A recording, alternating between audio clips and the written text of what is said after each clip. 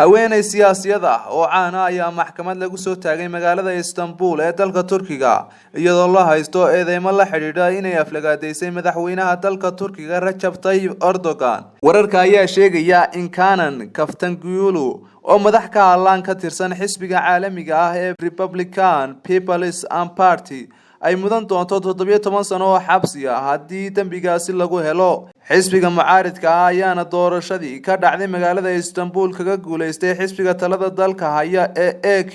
boqolaal qof oo gacan siinayay Mrs. Kaftanoglu ayaa jimcihii soo buux dhaafiyay maxkamadda, balse maxkamadeynta ayaa dib loo dhigay 18 bisha dambe ee July.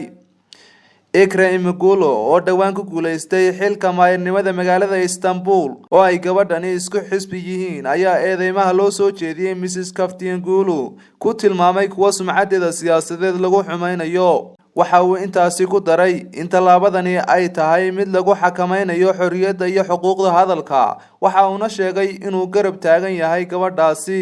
Imamoglu ayaa aqlabiyad mugle kaga guuleystay ra'iisul wasaarihii hore dalka Turkiga Binali Yildirim oo doorasho ku celisa ay ku tartamayeen jagada maayirnimada magaalada Istanbul kadib markii la baabiyay natiijadii hore ee doorashadii dhacday. Mrs. Kaftanoglu ayaa lagu maxkamadeynayaa qoraallo ay ku soo qortay barteeda Twitter-ka oo ay qaarkood qortay 6 sano ka hor.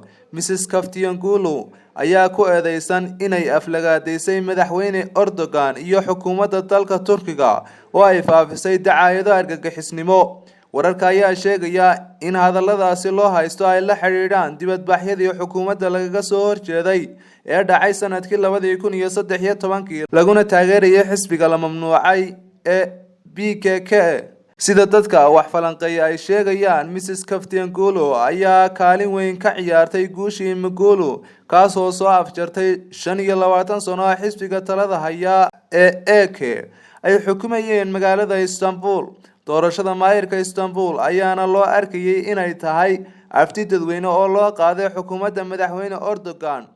Abubakar Farxaan Cabdi Rooble, Abubakar Abka, wararka telefishinka